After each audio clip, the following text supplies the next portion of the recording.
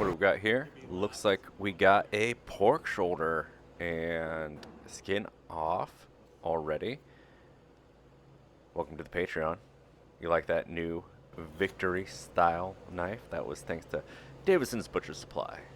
You're gonna score. This is a artisanal way to break down a shoulder. Even though I work in a processing plant, I just figured I'd show you the practical way to do this.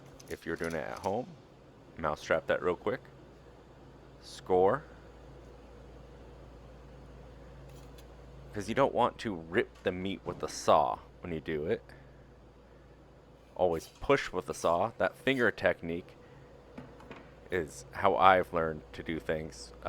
Maybe it doesn't work for you. Maybe you're not comfortable doing that. Now I'm going to find the joint and then saw in the back.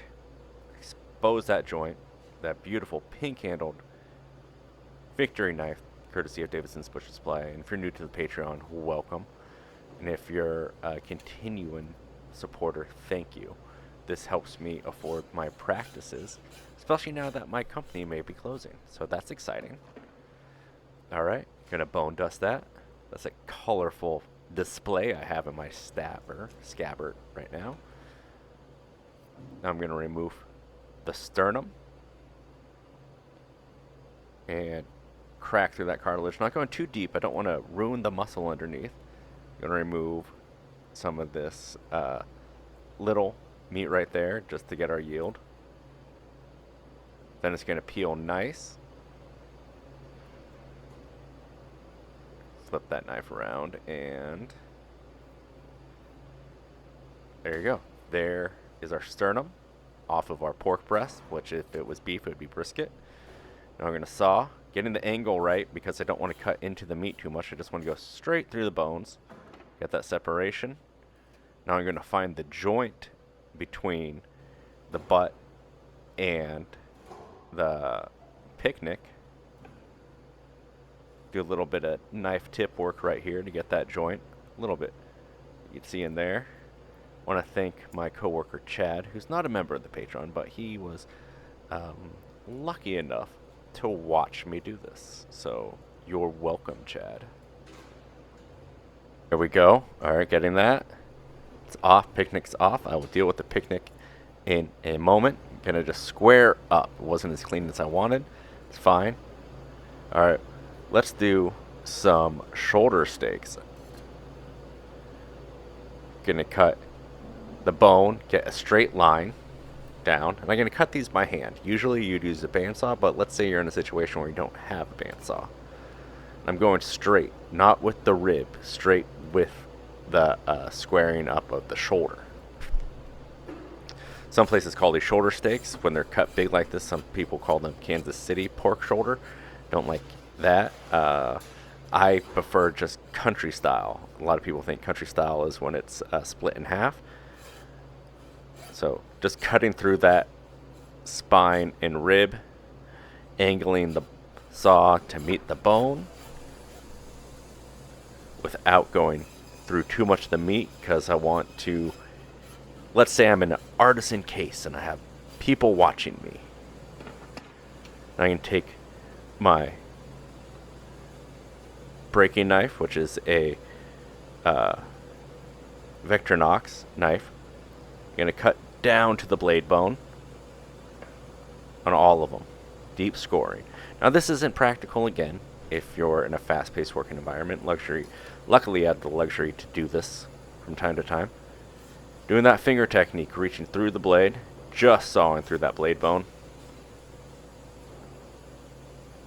This one's going to be a little bit deeper because the fin on the blade bone, on the scapula. Now, I'm going to cut those off.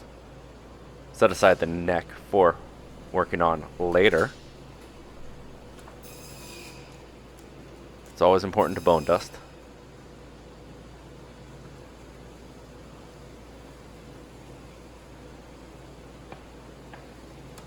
Look at that, bone dust. Get it nice and clean. Make that fat look perfect. Just like that.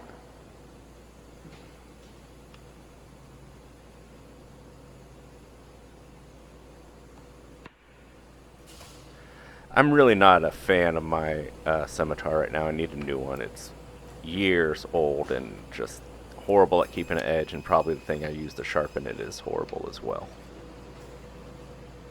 Love this pink handle knife. Thanks, Keith. Recommend you buy them if you haven't. Even though I'm sponsored by F-Dick with the World Butchers Challenge, which I love F-Dick, and they knives are as good as this. It's just trying something out new every once in a while. Alright, splitting these in half, making some country style shoulder steaks right there. Bone in. Got this picnic. I'm going to pull the copper ribs off, just finding that fat, and just rip and grip. Grip and rip. Remove that vein, square up, set that aside. I'm going to remove the pork breast, find that seam. You know, this would be brisket if it was beef. Square it up a little bit. Now this you could season, you could smoke, you could slow cook. I'm going to do, we used to make like a porchetta out of it where I worked. Imagine it seasoned like that, trussed all nice.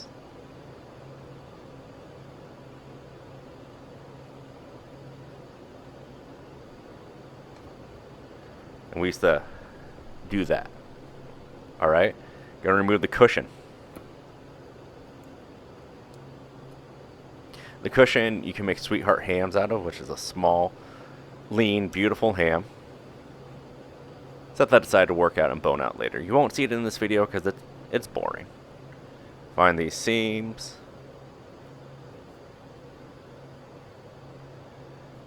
This is called a scalped cushion. If it was a clod, it'd be called a scalped clod with all the side muscles and everything removed. That whole thing you can cure. Remove that bone. Set the bone to stock.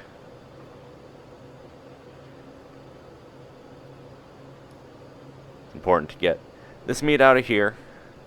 Most of the bones I cut, I say are for stock, just in case I leave a little bit too much meat on them for the viewer and they complain. I just say, oh, it is actually going for stock, regardless if it was or not.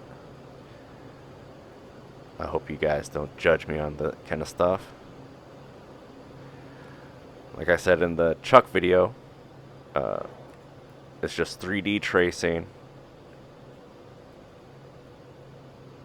Gotta always go back to a bone. This is the first day I got this knife too, so it's a little awkward. Square up that fat right there. Gonna just make it easier.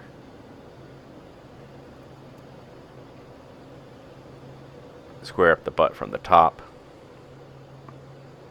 That is beautiful trim.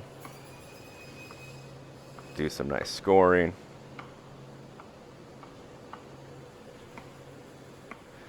Do whatever pattern works, make it tighter or looser.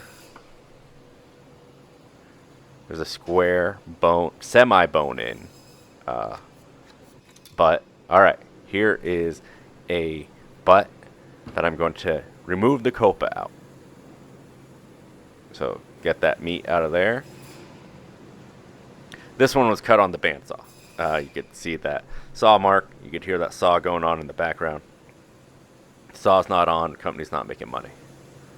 Especially when they have me around doing stuff like this. Hear that bone scrape? Ooh, this is such a beautiful sound. Go around.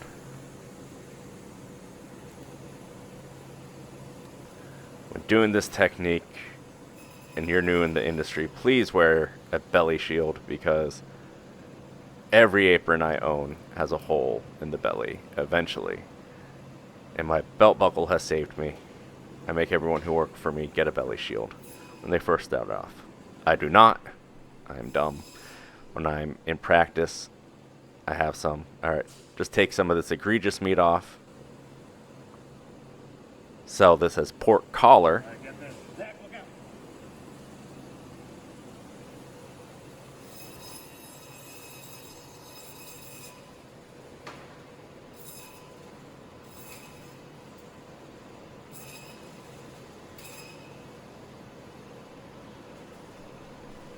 Bring it back over. Bam.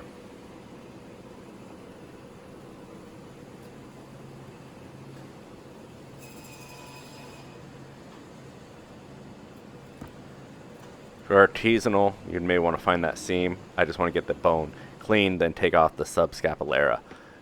Afterwards, set that aside for later. Remove that fat cap.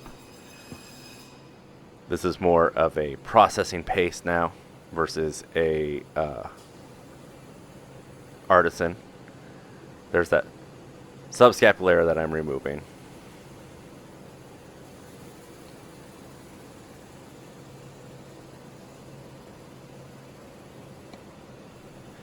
There you got a boneless shoulder roast copa roll. You can make copa, you can make char siu, you can make a shoulder bacon, you can make a variety of things that I love. I'm going to make just some Warshack steaks right here.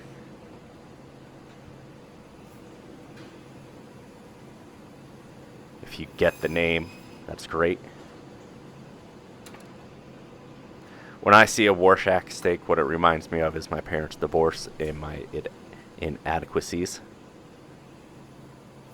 Now just making some regular steaks.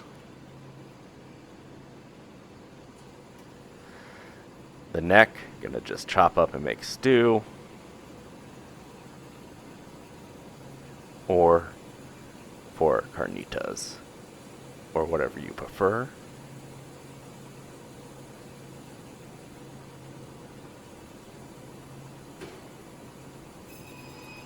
I hope you enjoyed this video and look forward to your comments and your input.